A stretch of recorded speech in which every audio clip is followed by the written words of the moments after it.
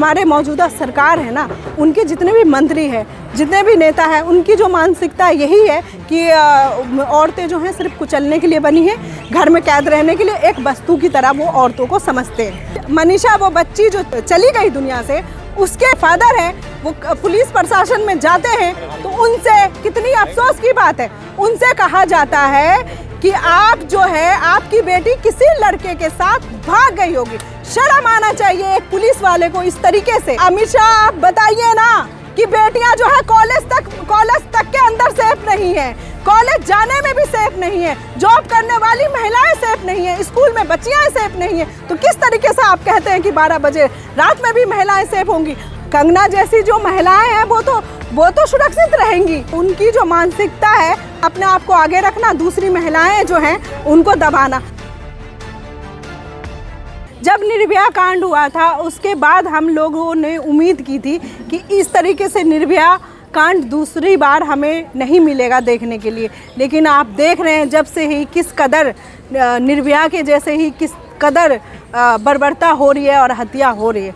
तो ये सरकारें जो है ना, ये जो है, इनको कोई फ़र्क नहीं पड़ता है। बेटियां मर रही हैं, बेटियां जल रही हैं, बच्चियां, छोटी छोटी बच्चियां मर रही हैं, लेकिन अपराधियों पे कोई लगाम नहीं है। तो ये सरकार एक तरफ तो वादा और दावा करती है जो हम बेटी पढ़ाएंगे, बेटी बचाएंगे, दूसरी तरफ महिलाओं को सम्मान की बातें करती हैं। ये सिर्फ इनका क्या चुनावी नारा है? तो कानून व्यवस्था, पुलिस कचहरी, कोर्ट कचहरी, कोई विश्वास नहीं बचा आपको? जी, अब बहुत विश्वास है कानून व्यवस्था पे कि हमें उम्मीद है कि कानून व्यवस्था हमारी बच्चियों को इंसाफ दिलाएंगे। लेकिन देखिए ना, जिस तरीके से कानून के रखवालों का रवैया है, एक मनीषा वो बच्ची जो चली गई दुनिया से, उसके पीड़ित जो उनके फादर हैं, वो पुलिस प्रशासन में जाते हैं, तो उनसे कितनी अफसोस की बात है, उनसे कहा जाता है कि आप जो है, आपकी बेटी किसी लड़के के साथ भाग गई होगी। शर्म आना चाहिए एक पुलिस वाले को इस तरीके से, जो उसका बाप परेशान है, परेशान हाल गया है, जिसकी बच्ची लापता है, इतनी देर तक वो घर से बाहर नहीं रहती, उसके बाप माँ परेशान है, और वो बाप जाता है तो उस बाप को इस तरीके से बोला जाता है। जांच किस तरीके की जांच हो रही है? निर्दोष को तो आप उठा के जेल में बंद कर देते हो, जिसका कोई सजा नहीं होता, जिसकी कोई गुनाह नहीं करता, उनको आप जो है जेलों के अंदर डाल देते हो। और जो ऐसे अपराधी होते हैं, आपने देखा बिल्किस बानो ने किस कदर लड़ा, जद्दोजहद करने के बाद अपराधियों को सजा मिली। उस अपराधी को इस देश में हमने देखा, कितनी शर्म की बात है, उन अपराधियों को रिहा किया जाता है, सम्मान के साथ उनको फूल माला पहनाया जाता है। तो कहीं ना कहीं ये सरकार जो है मनोबल जो है अपराधियों का बढ़ा रही है।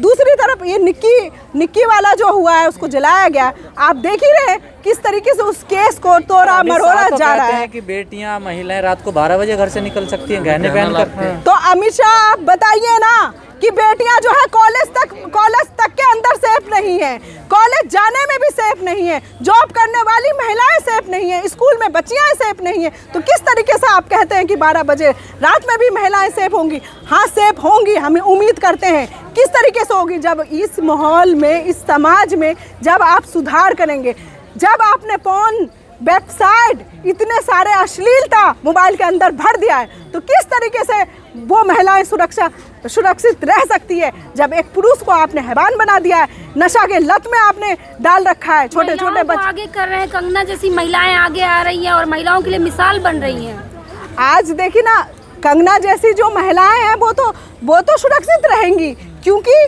वो उनकी जो मानसिकता है, और अपने आप को आगे रखना, दूसरी महिलाएं जो हैं उनको दबाना, तो उनकी बात मैं करना नहीं चाहती हूँ, कंगना जी की बात मैं करना नहीं चाहती हूँ। सरकार तमाम योजनाएं चला रही है, बेटी पढ़ाओ बेटी बचाओ। देखो ना, हमने बेटी को पढ़ाया, कलकत्ता में जो है वो कोलकाता में जो बेटी है उसको पढ़ाया, उसके साथ क्या हुआ? डॉक्टर बेटी थी। कोई डॉक्टर बनना आसान नहीं है, बेटी को पढ़ाने की बात करते हैं, पढ़ी लिखी बेटियों को भी आप तो छोड़ नहीं रहे।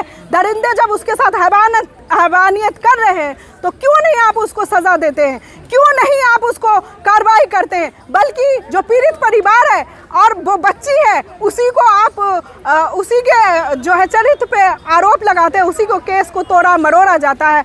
तो आज हम यहाँ पे जंतर मंतर पे जो आए हैं ये मांग लेके कि सरकार आप होश में आ जाइए, काम करिए, उन अपराधियों को सज़ा दीजिए, जो पीड़ित महिलाएं हैं उनके साथ खड़े होइए, ना कि अपराधियों के साथ खड़े होइए। अश्लीलता जो वेबसाइट है उस पे रोक लगाइए, नशा पे रोक लगाइए, तमाम तरीके के नशा पे रोक लगाइए और महिलाओं को जो एक जो यूज करने, अश्लीलता की जो बात आप कर रही हैं, नशाखोरी शराब की जो बात कर रही हैं, तो पूरी दुनिया में है, तो वहाँ तो ऐसा नहीं होता।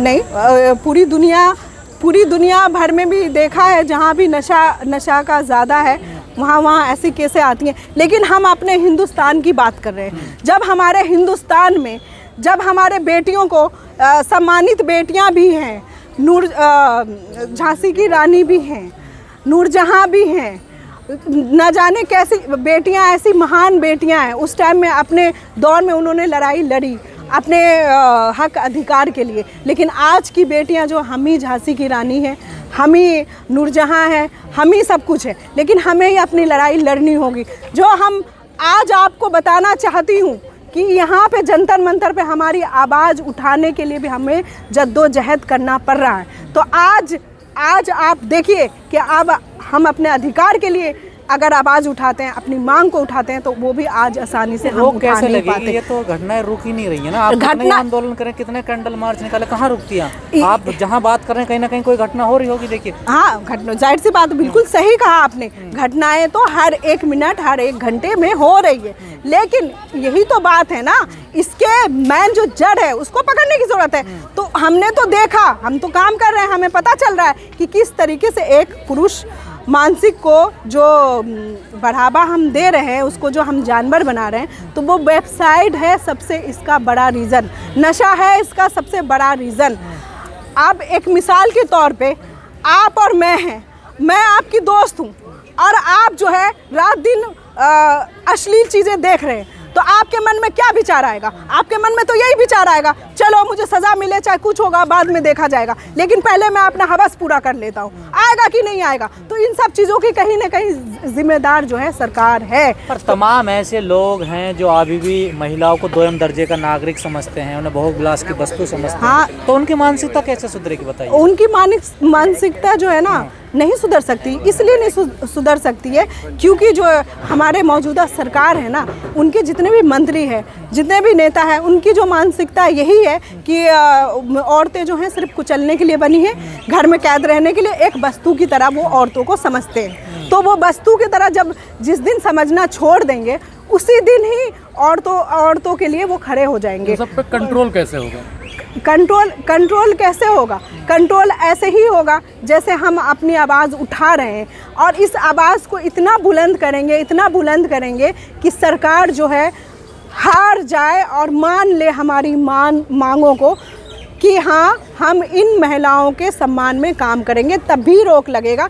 नहीं तो रोक नहीं लगेगा जब तक ये जो है हमें एक वस्तु की तरह ये सरकार जो है हमें नहीं समझना छोड़ेंगे, जब तक रोक नहीं लगेगा।